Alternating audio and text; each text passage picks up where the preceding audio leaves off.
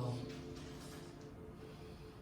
말씀하시는 것들에 정말 집중하기 원한다고, 하나님께서 정말 우리에게 일하시는 일들에 집중하기 원한다고, 나의 어떠함이 아니라 주님의 어떠하심에 집중하기를 원한다고 다시 한번 좀 기도드렸으면 좋겠습니다. 같이 기도하겠습니다.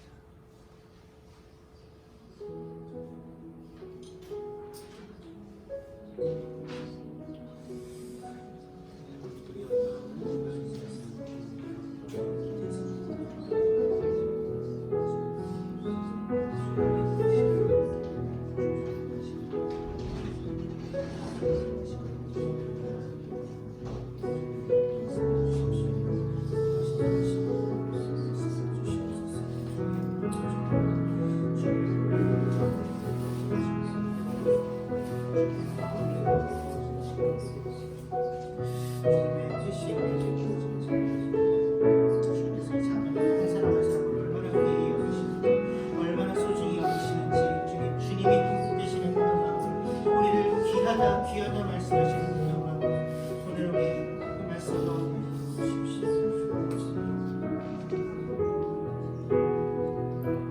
존귀한 주 보혈이 내 영을 새롭게 하시네. 존귀한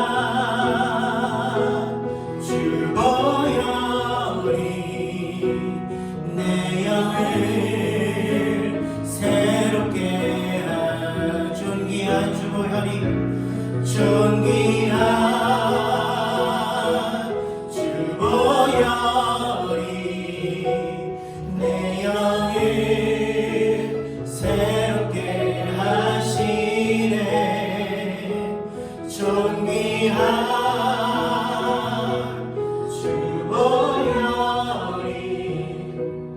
내 영을 새롭게 하네. 주님, 오직 주님의 보혈만이 우리의 영을 새롭게 합니다. 오직 주님의 뜻만이 우리의 생각을 새롭게 합니다. 오직 주님의 말씀만이 우리의 삶을 새롭게 합니다. 이 시간 우리가 우리를 그렇게 변화시키시고 새로운 길을 가게 하시는 그 주님의 마음에 집중하기를 소망합니다. 일상으로부터 한 걸음 떨어져서 2박 3일의 수련의 자리에 나와왔는데, 주님 멈춰서서 주를 보게 하여 주십시오. 멈춰서서 주를 기억하게 하여 주십시오. 주께서 나에게 어떤 마음을 품고 계신지, 주께서 나에게 어떤 말씀을 하기 원하시는지 정말 마음을 다하여 집중하여 들을 수 있도록, 반응할 수 있도록 우리 안에서 일하여 주시옵소서.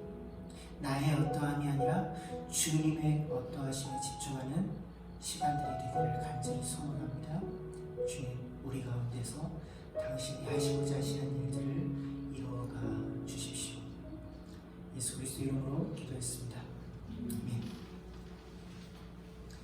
네, 반갑습니다. 굉장히 무게중심이 이쪽으로 많이 쏠려있네요. 강의안 혹시 몇 장 있거든요. 뒤에 제가 비치를 해놨는데 혹시 필요하신 분들은 가져가셔도 좋을 것 같고요. 몇 장 없습니다. 뭐 6장밖에 없긴 하지만 홈페이지에 강의안을 올려놨으니까요. 쭉 밑으로 내려가시면 HWP 파일, 또 PDF 파일로 다운로드 받으실 수도 있으니까 쓰시면 되겠습니다. 네, 우리 장로님들의 교회로 이제 첫 수련회를 왔습니다. 사실 뭐 운영위원장님의 교회 선언 뭐 이런 거 있어야지 되는데 정말 기쁘게 생각하고요. 사실은 기획팀이 잠깐만 자리 좀 일어나 보실래요? 우리 기획팀, 각 가정교회 대표로 계시니까 알았지만 정말 수고해서 4개월에 걸쳐서 수련회를 준비를 해줬습니다. 정말 수고 많이 했고요. 자매들 덕분에 수련회 올 수 있었습니다. 처음에 이 수련회를 그 기획팀에 맡길 때 가정교회별로 한 명씩 뽑아서 그 사람들에게 점권을 주겠다 이러면서 말씀만 이렇게 설교만 하게 해줘. 나머지 다 하고 싶은 대로 해. 뭐 주제도 뭐고 다 알아서 정해. 이렇게 얘기를 했었는데 그래서 기획팀에서 수련의 주제를 비긴 어게인으로 정했더라고요. 그래서 처음에 그 얘기를 듣고 야, 우리는 그냥 비긴이지 왜 비긴 어게인이냐 뭐 이런 얘기도 하긴 했는데 그냥 시작이지 왜 다시 시작이야 새로 시작하는 거지 뭐 이런 얘기도 하긴 했지만 하지만 또 우리가 이제 새로운 교회로 다시 시작하는 시점에서 또 적절한 주제인 것 같아요. 잘 생각해보니까 그 말이 맞더라고요. 다시 시작하는 게 우리가 가정교회들로는 사실 뭐 십수년을 우리가 존재를 해왔고 이제 가정교회들의 연합으로서 작은들의 교회라는 새로운 교회를 세우는 거니까 다시 시작하는 게 맞겠다라는 생각도 또 들었어요. 이 다시 시작이라는 그래서 주제를 좀 곰곰이 생각하다 보니까 우리 그리스도인들의 삶이 어쩌면 지속적으로 다시 시작하는 것을 반복하는 삶일 수도 있겠다라는 생각이 들었습니다. 지난 주일날 예레미야서 44장 말씀 나누면서 얘기를 했었죠. 우리에게 익숙한 삶의 방식이 우리를 관성처럼 끌고 간다는 얘기를 했었습니다. 그래서 멈춰서지 않으면 살던 대로 그냥 사라지게 된다는 말씀들을 드렸어요. 그래서 우리가 우리의 삶의 방향을 하나님께서 원하시는 방향으로 맞춰가기 위해서는 먼저 뭘 해야 된다고 말씀드렸죠? 멈춰야 된다고. 멈춰야 된다. 멈추는 거에도 에너지가 들어간다고 이런 말씀을 드렸었어요. 그러니까 다시 시작을 반복할 수밖에 없는 거예요. 멈췄다가 다시 가야 되니까요.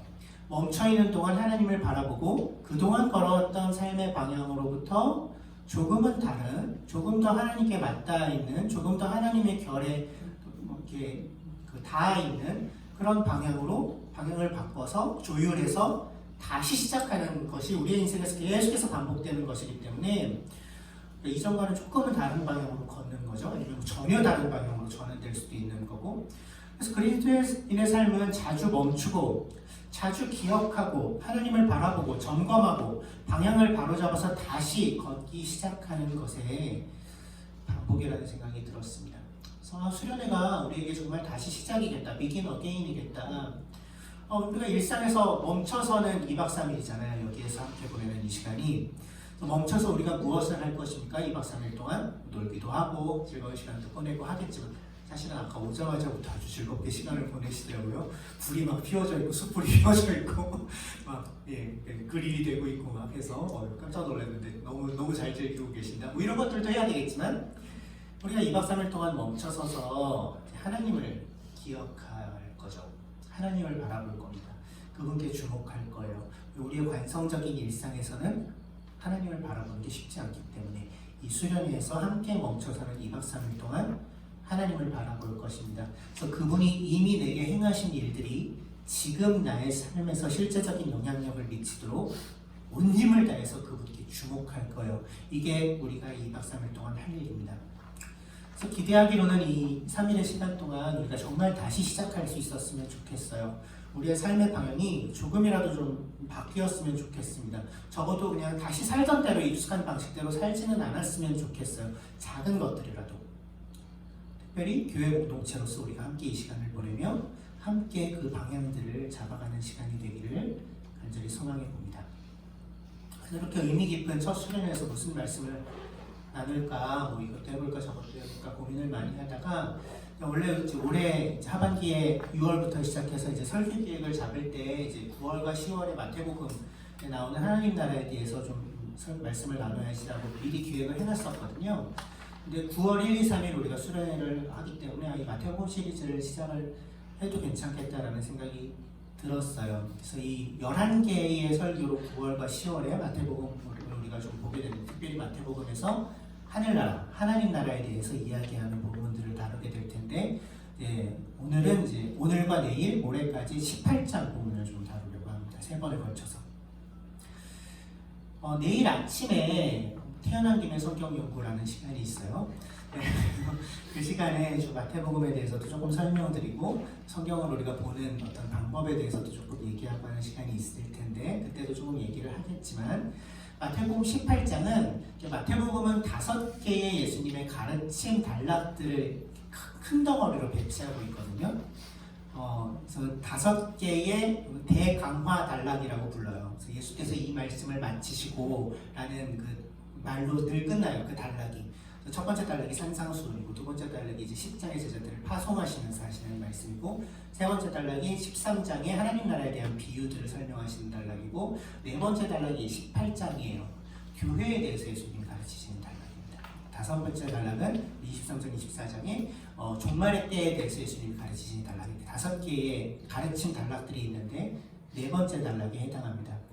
교회에 대해 예수님이 직접 가르치신 거의 유일한 단락이에요. 우리가 새로운 교회를 막 시작했잖아요. 여기에 주목하지 않을 수가 없습니다. 마태복음 18장에 귀 기울여 들어야 될 말씀인 거죠.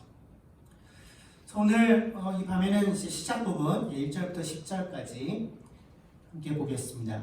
여러분 이 늦어져가는 시간에 여기까지 밤길 이 산길을 헤치고 오시느라 많이 피곤하실 줄 압니다만 네, 오늘은 제가 설교 시간에 제약이 없기 때문에 나보려고 좀 하시고 함께 말씀을 돌아가죠. 1절부터 10절까지인데 네, 1절부터 4절까지 강연이 있는 대로 먼저 좀 같이 읽겠습니다. 마태복음 18장 1절부터 4절 같이 읽습니다. 시작. 그때 제자들이 예수께 나와서 물었다. 하늘나라에서는 누가 가장 큰 사람입니까? 예수께서 어린이 하나를 곁으로 불러서 그들 가운데 세우시고 말씀하셨다. 내가 진정으로 너희에게 말한다. 너희가 돌이켜서 어린이들과 같이 되지 않으면 절대로 하늘나라에 들어가지 못할 것이다. 그러므로 누구든지 어린이와 같이 자기를 낮추는 사람이 하늘나라에서는 가장 큰 사람이다. 개혁 성경에서는 어린이가 아니라 소자 또는 이렇게 좀 번역하기도 했어요. 눈치가 빠른 분들도 아마 알아채셨을 거예요. 소자, 작은이, 우리 교회랑도 연관이 있는 말씀입니다. 이 단락이 이제 누가 하나님 나라에 어울리는가에 대해서 이야기하는 부분이거든요. 그리고 어린아이 같은 자가 그 나라에 들어간다. 어린아이처럼 되지 않으면 못 들어간다라는 얘기니까 어린아이 같은 자가 돼야 작은이가 돼야 그 나라에 들어간다. 그래서 우리도 그 나라에 들어가고 싶으니까 우리들이 작은입니다. 뭐 이런 얘기들 이제 교회 처음 시작할 때 말씀드렸던 거 기억하시죠? 우리와도 연관성이 있는 그런 부분이에요. 누가 하나님 나라에 어울리는가라는 주제를 담고 있어요. 하나님의 다스림을 받으면서 사는 사람들, 그 사람들의 공동체인 교회. 근데 그 교회의 구성원들은 그럼 어떤 사람들인가에 대한 이야기라고 할 수 있는 거죠. 교회의 구성원들은 어떤 사람들인가? 제자들이 예수님께 질문을 던집니다. 뭐라고 질문을 던지죠? 하늘나라에서는 누가 가장 큰 사람입니까? 왜 이런 질문을 던졌을까요? 그들의 관심이 큰 사람이 되는 것이었기 때문에 이 질문을 던졌겠죠.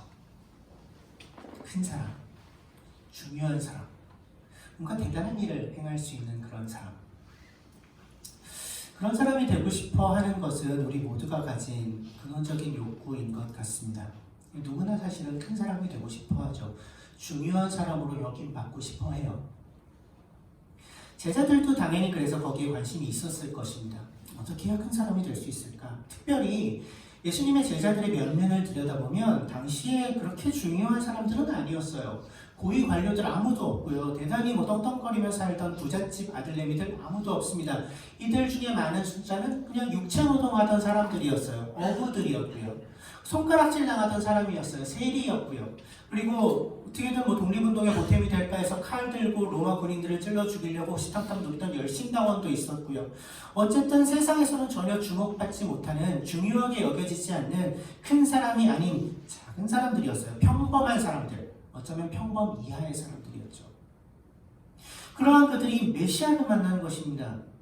근데 당시에 유대 사람들이 메시아에 대해서 가지고 있던 기대는 어떤 것이었죠? 새로운 왕으로 오실 분, 정치적 지도자로 오실 분, 우리를 로마의 압제로부터 건져내서 이스라엘 왕국을 다윗 때처럼 번영한 왕국을 세워주실 분, 우리의 왕이 되실 분, 그분이 메시아로 오실 거라고 그들은 기대했어요. 근데 이 평범 이하의 사람들이 메시아를 만난 거예요. 메시아라고 여겨지는 분을. 뿐만 아니라 최측근이 됐네. 12명을 뽑았는데 그 중에 들었어. 어떤 마음이 들었겠어요? 됐다. 합격이다. 이제 난 잘 나갈 일만 남았다. 이제 이분이 왕으로 등극하시면 한 자리씩, 장관 자리 한 자리씩 이제 차지할 수 있다. 아싸, 인생 이제 역전이다. 이런 마음을 품었을 것이 당연합니다. 그래서 물어보는 거예요.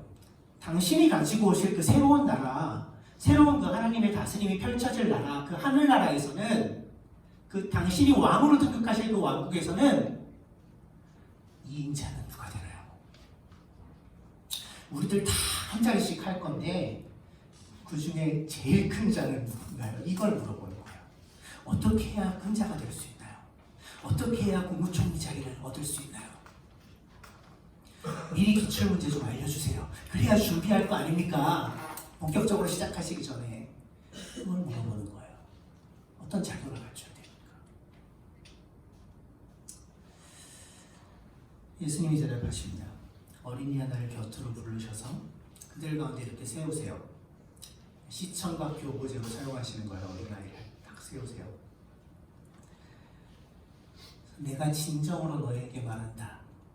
강조해요. 이거 진짜 진심으로 하는 얘기인데 이렇게 말씀하시는 거예요. 이거 괜히 하는 말이 아니야. 잘 새겨들어. 너희가 돌이켜서 어린아이처럼 되지 않으면 하늘나라에 들어가지 못한다. 너희가 돌이켜서 무슨 얘기입니까? 지금 제자들의 방향은 어디를 향해 있어요? 큰 자가 되고자 하는 방향으로 향해 있어요. 더 중요한 사람이 되고자 하는 방향으로 향해 있죠. 그 방향, 그 욕망으로부터 너희가 돌아서서 어린이처럼 되지 않으면, 여기서 어린이는 어떤 존재일까요? 그냥 귀엽고 예쁘고 순수한 그런 존재가 아니고, 여기에서 어린이는, 당시의 어린이는 사실 요즘은 막 우리 자녀들을 막 애지중지 막 키우지만 이때 당시에는 그렇지 않았어요. 워낙 영아 사망률도 높았고, 그러니까 애들은 사실 언제 죽을지 모르는 상황이었고, 워낙 많이 그래서 낳기도 했고, 살로만 살았고, 그렇기 때문에 별로 그렇게 귀하게 여겨지지 않았어요. 어린이들은 자기 발언권이 없었어요. 그냥 부모의 소유였어요. 때로는 그냥 돈 몇 푼에 팔려가기도 했어요. 집안 사정이 어려우면 그냥 종으로 파는 거예요, 자기 자식을. 그게 그 당시에 어린이들이 가지고 있었던 사회적인 위치예요. 어떤 발언권도 없는, 어떤 힘도 없는, 자기를 지킬 힘조차 없는 그러한 존재, 인간 취급 못 받던 존재, 나약하고 미천한 존재, 정말 작디 작은 자가 어린이인 것입니다. 그러한 존재가, 그러니까 너희가 돌이켜서 그렇게 작고 미천한 존재가 되지 않으면 어떻게 된다고요? 절대로 하늘나라에 들어가지 못할 것이다. 절대로. 하늘나라, 곧 하나님 나라, 그것은 곧 하나님의 다스림, 하나님의 통치. 다시 설명하지 않겠습니다. 다 알고 계시는 얘기죠. 너희가 절대로 하늘나라에 들어가지 못한다. 너희가 절대로 하나님의 다스림 아래에서 살 수가 없다. 말씀하신 것입니다. 결국 우리 모두에게 익숙한 방향, 더 중요한 사람이 되고 더 큰 사람이 되고 더 뭔가 발언권을 가지고 싶어하는, 뭔가 영향력을 펼치고 싶어하는 그러한 방향으로부터 돌이켜서 오히려 더 나약하고 더 낮아지고 더 작아져야만 하느님 나라에 들어갈 수 있다는 말씀을 하시는 것이죠. 되게 불편한 말씀이에요. 되게 불편한 말씀이에요. 하늘나라에서는 누가 가장 큰 사람이 되나요? 라고 물었던 제자들의 질문, 사실은 우리에게도 있는 질문 아닙니까? 그들의 관심, 크고 중요한 사람이 되고 싶어하는 그런 마음, 우리 안에도 있는 마음 아닌가요? 평범한 나 자신을 견뎌내는 게 때로는 너무 힘들죠. 평범 이하인 나 자신을 우리는 견디지 못해야 합니다. 저도 그래요. 네, 저 역시. 제가 생각할 때 저는 물론 뭐 이렇게 저를 가장 잘하는 사람도 저기 있는데 이렇게 뭐라고 해야 될까요? 별로거든요. 별로인 부분이 많거든요. 여러분들은 잘 모르시는 그런 모습들이 많아요. 근데 제 안에 있는 굉장히 깊은 두려움, 요즘 사실 굉장히 많이 대면하는 두려움이 뭐냐면, 나 진짜 별거 없는데 들키면 어떡하지? 이런 마음이 자꾸 제게 들어요. 막 모르겠어요. 여러분이 저를 어떻게 평가하시고 보시는지 모르겠지만 되게 젠틀하고 댄디하고 멋있고 똑똑하고 지식이 많고 아니라고.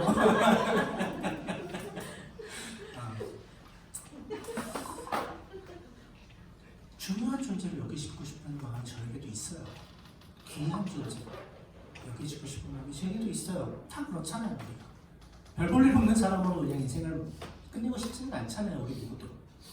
근데 예수님이 그러한 우리에게, 그러한 제자들에게, 그러한 우리에게 말씀하시는 거예요. 어린이처럼 돼야지 그 나라에 들어간다. 예수님은 더 크고 더 높은 사람이 되고자 하는 사람은 그 나라에 어울리지 않는다고 말씀하고 계시는 것입니다. 낮아지고 작아지는 사람이 그 나라에 어울린다고 말씀하고 계신 거예요. 왜 그럴까요? 생각해보면 사실 당연합니다. 곰곰이 생각해보면 당연한 얘기예요. 하나님 나라의 특징은, 가장 중요한 특징이 뭐죠? 하나님의 중심 되시는, 하나님이 왕 되시는, 하나님이 예배 받으시는 나라가 하나님 나라의 가장 중요한 특징입니다. 하나님이 높임 받으시는 것이 그 나라의 가장 중요한 특징이에요. 그렇기 때문에 그 하나님을 예배하려는 마음이 아닌 나 자신을 높이고 나 자신을 예배하고자 하는 사람은 그 나라에 어울리지 않죠. 너무나 당연하게. 스스로 높아지려고 할 때 어떤 일이 일어납니까? 내가 가장 중요해집니다.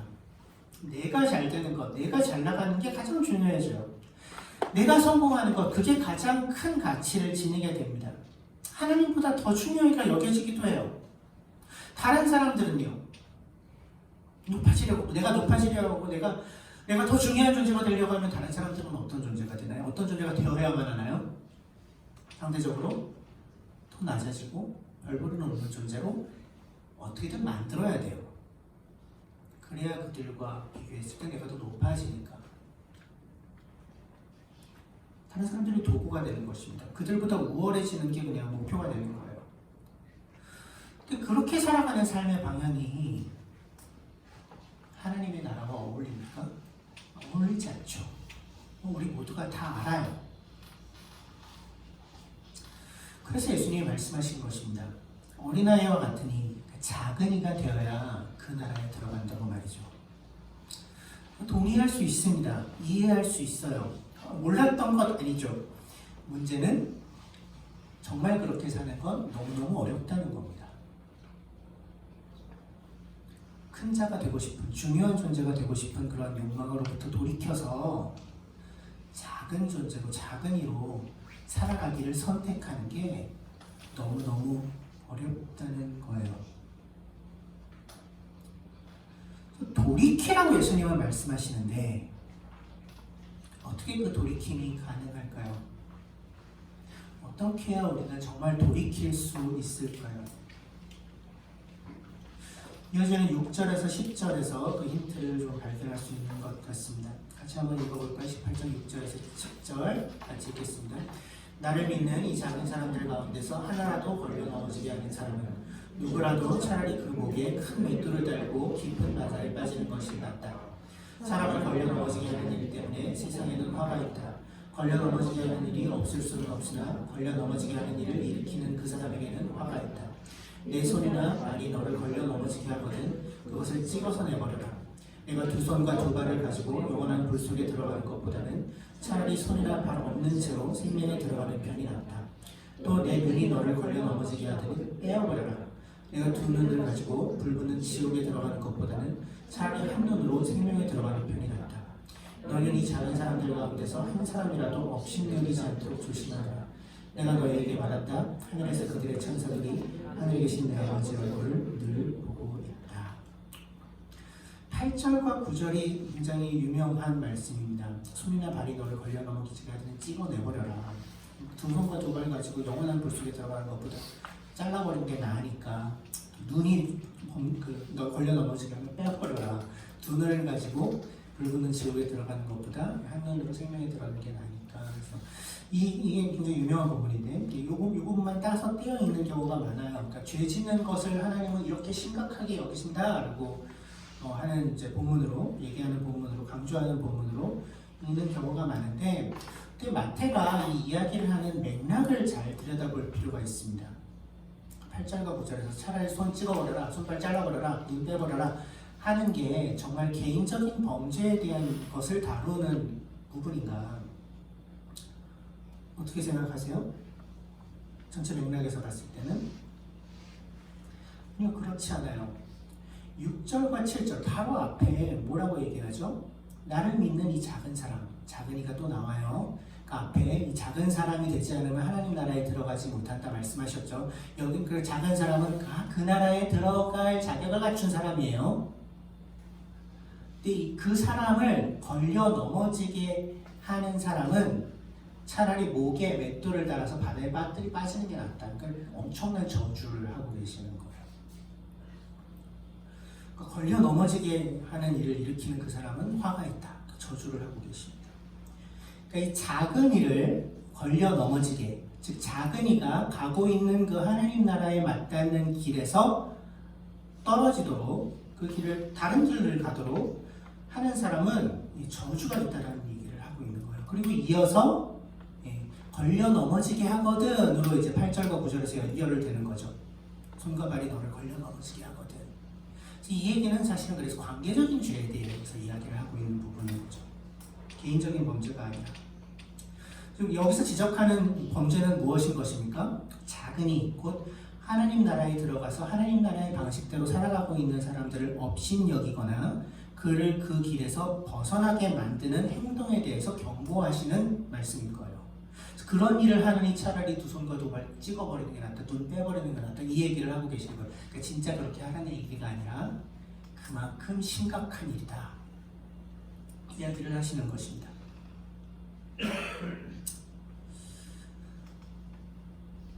작은 이로 살아갈 때 우리는 어떤 일을 만나게 됩니까?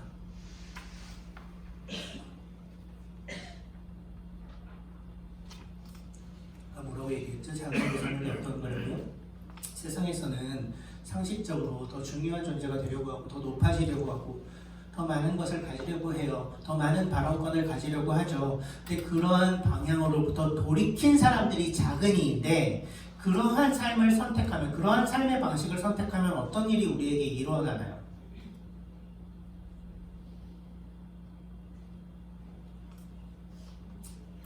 자, 여러분, 네. 더 높아지고, 더 중요해지고, 더 많은 힘과 능력과 돈과 영향력을 가지려고 가열차게 달려가도 가질까 말까인데 거기로부터 돌이켜서 낮아지려고, 미천해지려고, 작아지려고 하는 길을 선택하면 우리의 인생에 어떤 일이 일어나나요? 무시당하고 업신여기게 하고 덜 벌고 높은 자리에 못 오르고 손해보고 손가락질 당하고 이런 일들이 일어나는 게 당연한 거죠. 그게 실제로 작은 이로 살아가기를 선택하는 자들에게 일어나는 일이에요. 많은 사람들이 비웃을 것입니다. 그렇게 바보처럼 살아? 야, 그렇게 살아가지고 네 인생 언제 빌려 그래? 세상 물정 모르고 언제까지 그렇게 살래?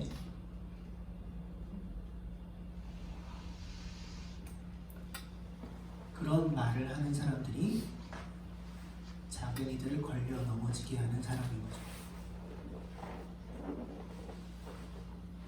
이러한 사람들이 세상 속에만 있습니까? 아니요, 교회에도 있어요. 어떻게 말씀대로 살아? 세상이 그렇게 돌아가지를 않아. 세상 물정 모르네. 야, 네 것도 적당히 챙기면서 살아. 앞가림은 해야지.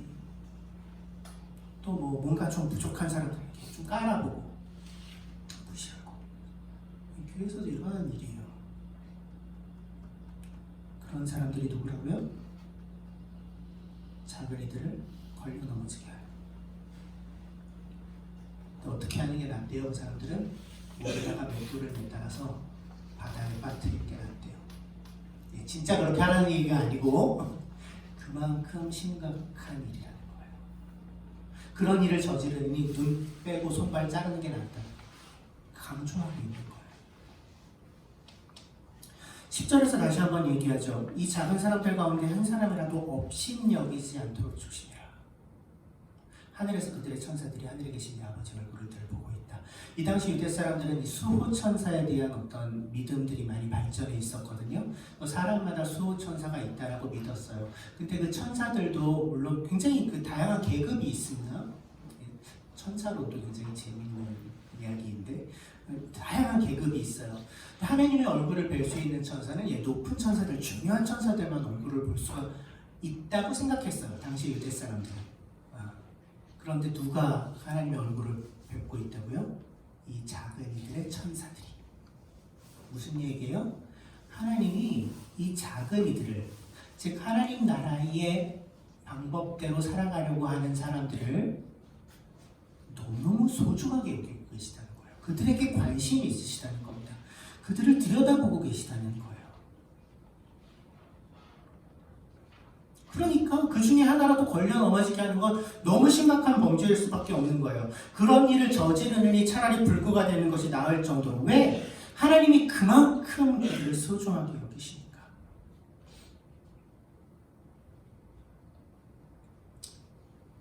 하나님이 작은 이들을 소중하게 여기세요.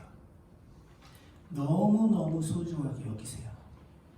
그들을 실족하게 하느니 맷돌 달아서 빠뜨리는 게 낫다고 할 정도로, 손발을 찢고 눈을 빼버리는 게 낫다고 할 정도로 작은 이들을 하나님이 너무너무 소중하게 생각하세요. 이것을 정말로 믿는다면 돌이키는 것이 가능하겠죠. 하나님이 작은 우리를 소중히 여기신다는 것을 정말로 믿으면 높아지고자 하는 삶의 방향으로부터 돌이키는 게 너무너무 어려운 일은 아닐 거예요. 그리스도인들이 뭔가 다른 삶을 선택하려고 할 때 그런 삶을 실제로 만들어내는 것은 노력과 애씀은 아닙니다.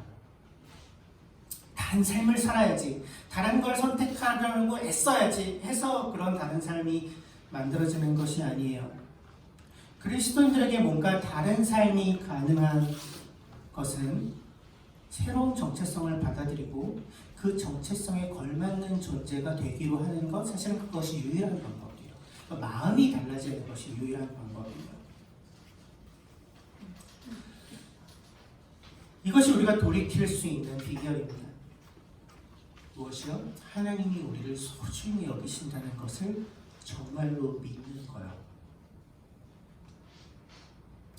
중요한 존재가 되고 싶은 그런 마음, 그런 욕구, 사랑받는 존재가 되고 싶은 그러한 욕구는 우리의 원초적인 것이죠. 근데 그것 자체가 문제입니까? 아니요. 그것 자체는 문제가 아니에요. 문제는 뭡니까? 엉뚱한 것들로 그 욕구를 채우려고 할 때 일어나요.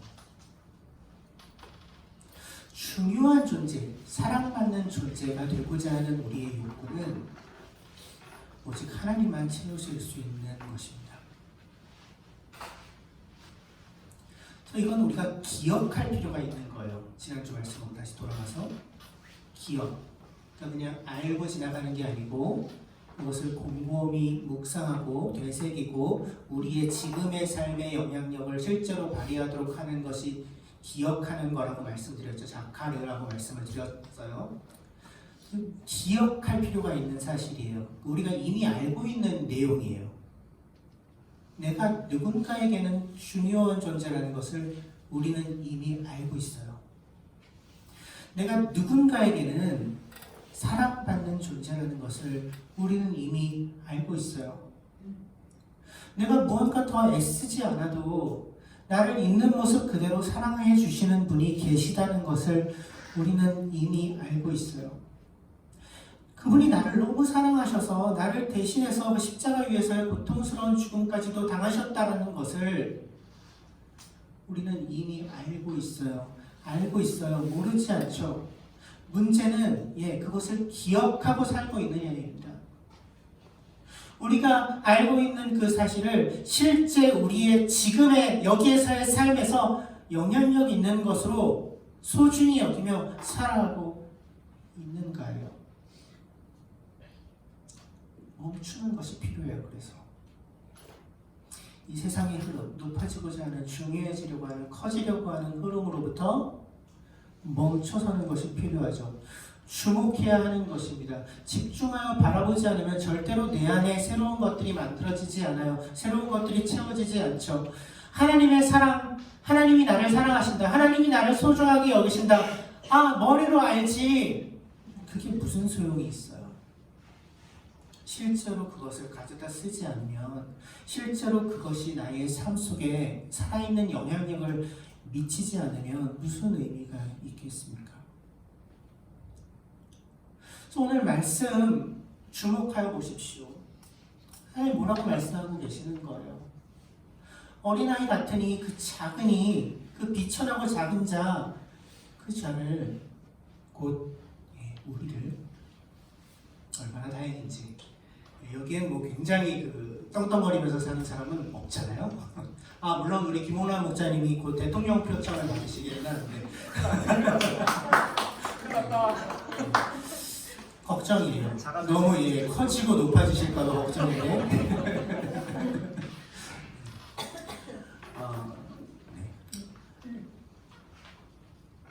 우리가 작은이잖아요.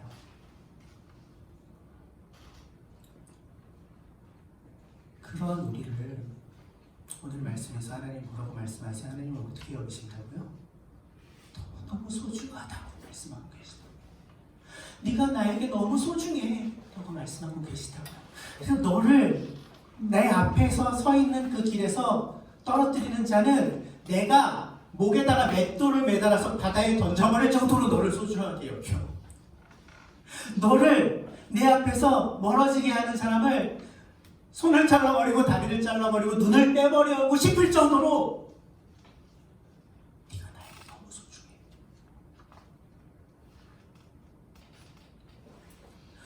너무 소중해서 절대로 잃어버릴 수 없다고. 너무 소중해서 너를 실족하게 하는 사람은 저주받아 마땅하다고. 하나님이 우리를 기억하고 계시다고. 우리의 천사가 늘 그분의 얼굴을 보고 있다고. 그분이 우리에게 관심을 가지고 계시다고. 오늘 말씀이 우리에게 이야기하고 있는 거죠. 만약 우리가 정말 이 사실을 기억할 수 있다면 비로소 우리의 근원적인 욕구가 채워지게 될 것입니다. 큰 존재, 중요한 존재가 되고 싶어하는 우리의 근원적인 욕구가 완전히 채워질 거예요. 왜요? 이미 그런 존재가 되었으니까요.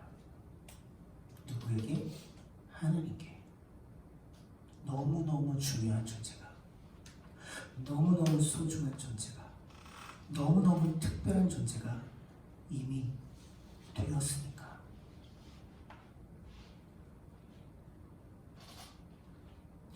다른 기준에서 큰 사람이 되기를 굳이 애쓸 필요가 없는 것입니다. 이미 무엇보다 큰 존재이거든요.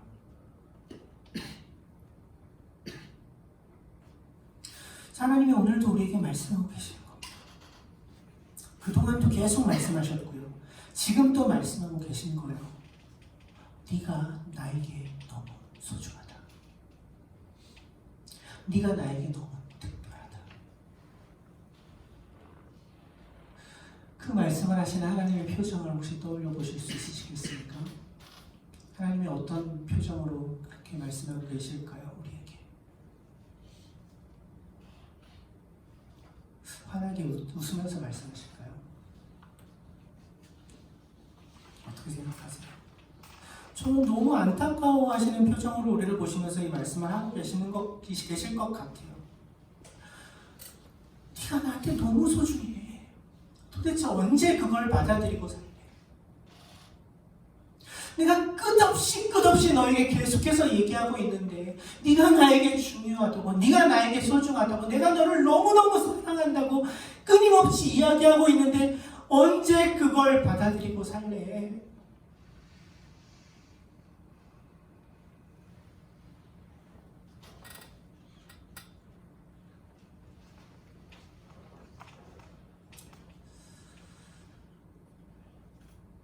안타까움을 담아 우리에게 외치고 계실 거라고 저는 생각해요.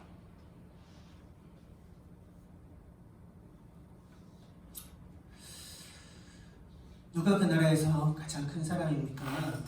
물어봤던 제자들이 얼마 후에 또 다른 사건 하나를 만들어냅니다. 20장, 마태복음 20장인데요. 읽지 않고 제가 설명해 드릴게요. 예수께서 예루살렘으로 올라가시면서 이때 예루살렘 올라가시는 건 이제 죽으러 가시는 길이었어요. 이미 20장, 19장 이렇게 예수님이 이제 나는 인자가 죽임 당한다, 제사장들이 죽일 거야 이런 얘기를 이제 한참 가르치셨어요. 근데 그러고 예루살렘으로 이제 가고 있어요. 그러니까 죽으러 가시는 길인데, 그래서 여기 나오죠. 20장 여기 17절부터 나오네요. 길에서 제자들에게 말씀하세요. 보아라, 인자가 대제사장들과 율법 박사들에게 넘겨질 것이고 사형 선고 당할 것이고 조롱하고 채찍질하고 십자가에 따라서 죽게 할 거다. 하지만 사흘째 되는 날에 살아날 거야. 17, 18장에 17, 18절에 이 말씀하시는 거예요. 20장. 그리고 20절에 바로 이어서 제자들이 두 사람, 세베대의 아들 야고보와 요한인데, 야고보와 요한의 어머니가 세베대의 아내죠. 야고보와 요한을 데리고 예수님께 왔어요. 그래서 뭔가를 이제 청하러 왔어요. 청탁을 하러. 예수님이 뭘 원하십니까? 이 어머니가 뭐라 그러세요? 나의 이 두 아들을 선생님의 나라에서 하나님은 선생님의 오른쪽에 하나님은 선생님의 왼쪽에 앉게 해주십시오. 2인자 3인자에 앉게 해주세요. 18장에서 예수님이 이미 이 말씀 하셨는데 누가 가장 큰 사람인가 물어봤을 때, 야 그거 아니야. 높아지고자 하는 사람이 아니라 낮아지려고 작아지려고 하는 사람이 그 나라에 들어가. 너네 뭔가 단단히 오해하고 있어. 말씀을 하셨는데, 어린애까지 이렇게 딱 두고 말씀하셨는데 20장에서 또 이 얘기 똑같이 하고 있는 거예요. 하나도 달라지지 않았어요. 아무것도 깨닫지 못했어요. 예수님이 또 말씀하시죠. 그러니까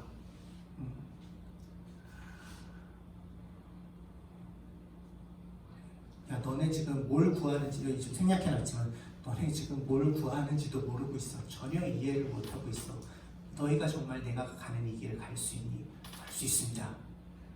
할 텐데 너네 뜻대로 되지는 않을 거야. 뭐 이런 말씀을 하시고, 근데 나머지 제자들이 그 얘기를 전해 들어요.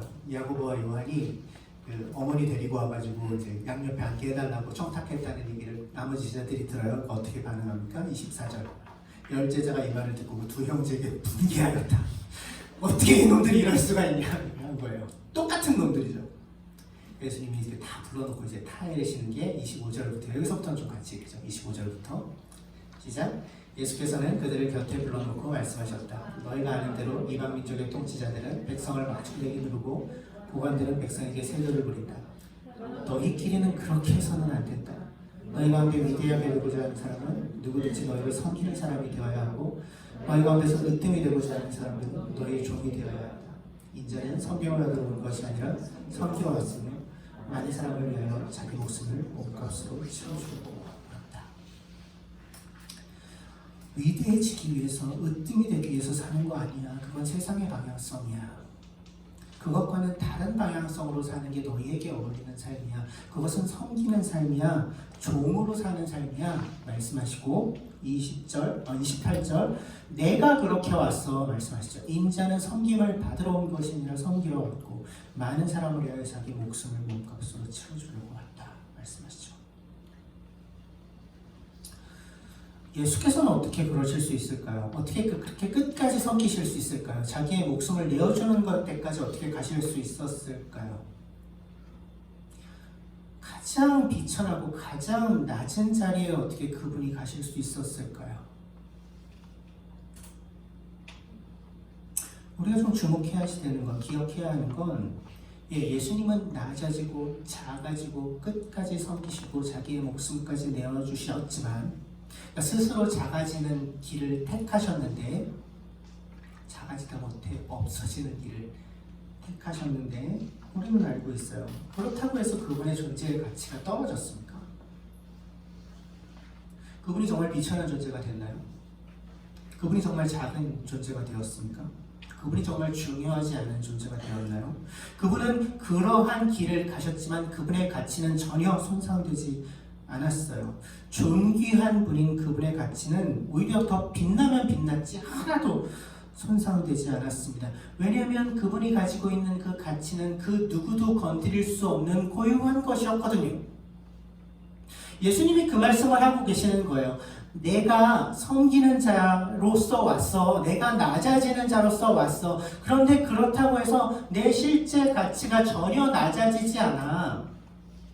보여줄 거야, 너희에게. 그 모습을 본 너희들은 나처럼 살면 돼.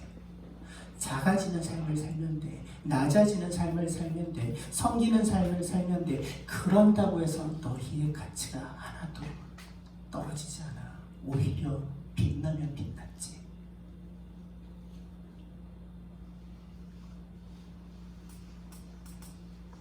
우리가 높아지려고 하는, 큰 자가 되려고 하는, 중요한 사람이 되려고 하는 그런 방향에서 돌이켜서 낮아지고 작아지려고 한다고 해서 우리의 존재 가치가 낮아질까요? 아니요. 절대로 그렇지 않습니다. 오히려 더 빛나면 빛났지. 절대 낮아지지 않습니다. 하나님이 우리에게 부여해 주신 그 진정한 가치는 전혀 손상되지 않습니다. 왜? 하나님은 여전히 우리를 귀하게 여기실 거니까요. 그분은 여전히 우리를 소중히 여기실 거니까요. 그 사실이 그 어떤 것으로도 손상될 수 없기 때문에 우리의 가치는 전혀 손상되지 않을 것입니다. 예수께서 먼저 그 길을 가신 거예요. 그래서 이게 하나님 나라에 어울리는 방법이야. 몸소 보여주시는 거죠.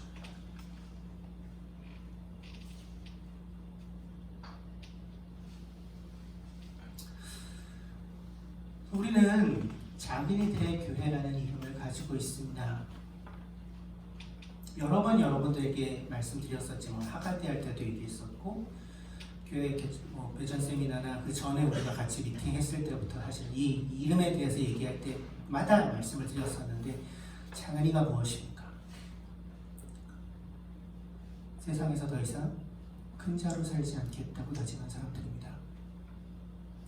큰 자가 되는 것을 포기한 사람들입니다. 오히려 어린아이와 같은 이로 예수님께만 의지해서 살겠다고 선택한 사람들이 우리가 생각하는 작은이들입니다. 맞습니까? 우리가 작은이입니다.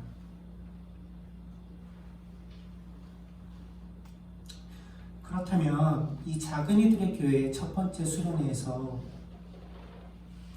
우리는 먼저 어디에 머물러야 할까요? 우리가 정말로 어떤 방향을 향해서 걸어가고 있었는지를 봐야 되지 않을까요? 그래서 만약에 그 방향이 지금까지 얘기했던 하나님 나라에 속한 사람들의 삶의 방향과 다른 방향이라면 돌이켜야 하지 않을까요?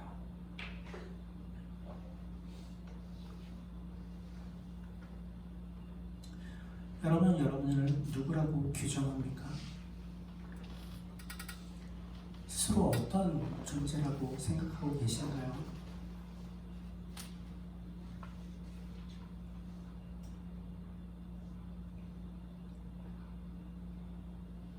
그렇게 생각하는 기준이 뭡니까?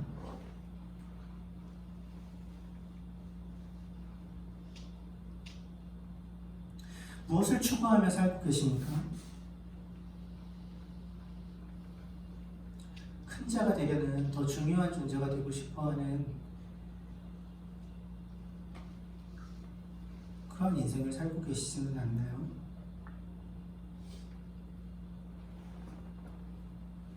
하나님 나라 백성의 삶은 어떤 것인가요? 그것이 어떻게 드러나나요? 저 사람이 하나님 나라 백성답게 살고 있네. 그것이 어떻게 드러나죠?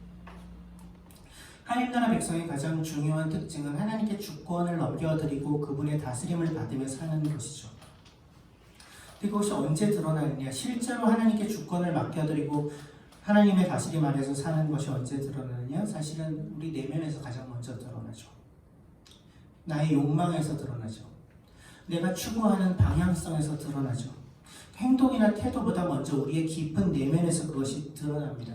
그래서 다른 사람들은 몰라도 나는 알아요. 내가 하나님 나라 백성답게 살고 있는지.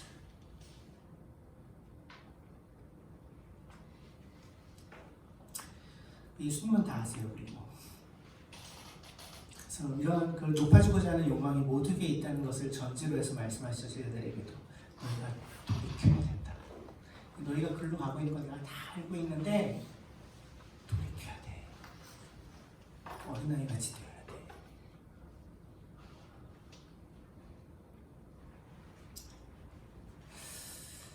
근데 진짜 좋은 소식은 뭔지 아세요? 정말 좋은 소식은 우리가 이미 작은 자라는 것입니다. 진짜 좋은 소식이에요. 이렇게 막 버리고 막 돌이키고 할 게 그렇게 많지 않다는 거예요. 엄청 많이 포기해야 되지 않아도 된다는 거죠. 이미 작은 자니까. 근데 하나님은 그런 작은 자인 우리, 근데 그런 작은 자인 우리를 우리는 계속해서 괴롭혀요.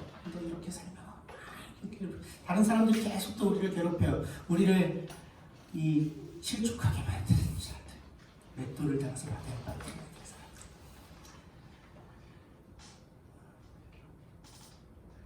근데 하나님은 우리에게 뭐라고 말씀하세요? 그냥 그렇게 작은 이로 살아도 돼. 괜찮아. 그냥 그렇게 아무것도 내세울 것 없이, 아무것도 뭔가 떵떵거리지 만한 그런 것 없이 그렇게 살아도 괜찮아. 나는 너를 소중하게 여기거든. 나한테는 네가 너무나도 귀하거든. 그냥 그 모습 그대로 나는 너를 너무 사랑하거든. 너의 존재 그 자체가 이미 나의 나라에 어울리고 뭔가 애써서 대단한 존재가 되지 않아도 너는 이미 나의 백성이거든. 때로는 길을 잃을 수도 있고 때로는 다른 길로 자꾸 가려고 들 수도 있지만 내가 너를 포기하지 않을 거야. 왜? 그 작은 네가 나에게 너무 소중하니까.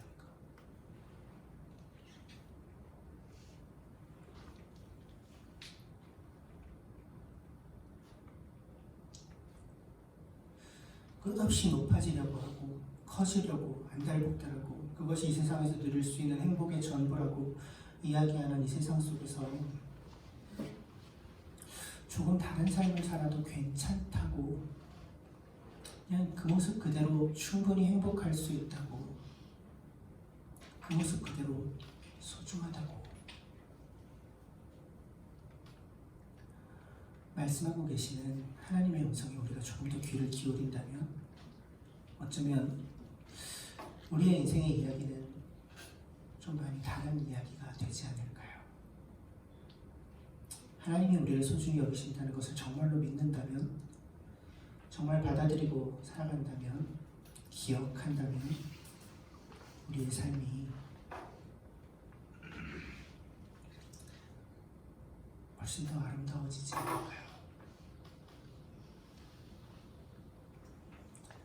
그래서 이 수련의 기간 동안 우리가 우리를 바라보시는 그 하나님의 시선에, 우리를 평가하시는 그 하나님의 마음에, 우리를 소중히 여긴다고 말씀하시는 그 하나님의 말씀에 정말 귀를 기울이는 시간이 되기를 간절히 소망해요.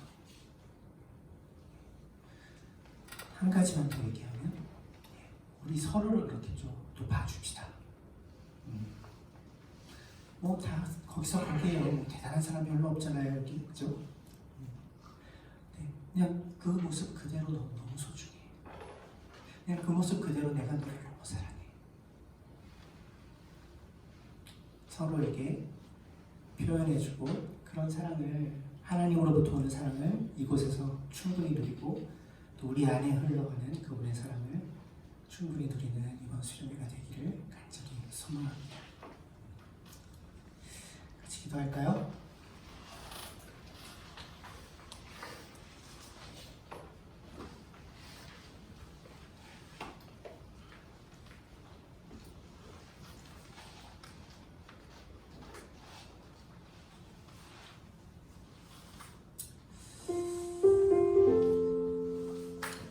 네가 나에게 너무 소중해.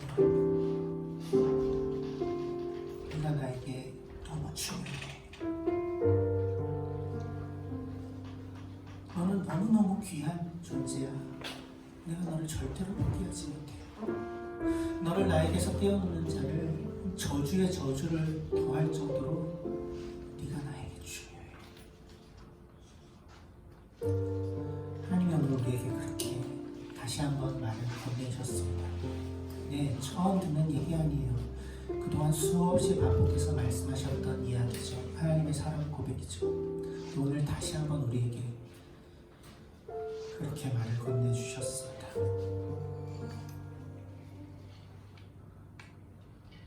여러분은 그 말씀에, 그 마음에 어떻게 응답하시겠습니까? 먼저 지금 나의 대답을 하나님께 좀 올려드렸으면 좋겠습니다. 저는 믿어지지 않아요. 이럴 수도 있고요. 주님, 저는 아직 잘 모르겠어요. 뭐 이럴 수도 있고요. 제 생각에는 저는 그렇게 소중하지 않을 것 같은데요. 그럴 수도 있고요. 또는 하나님 정말 저를 그렇게 생각하시는군요. 저를 소중하다 여기시는군요. 감사합니다. 저에게도 당신이 소중해요. 이렇게 반응할 수도 있고요. 각자가 마음의 반응들이 다를 수 있겠지만 가장 정직한 반응으로 먼저 하나님께 좀 나아갔으면 좋겠습니다. 같이 기도하겠습니다.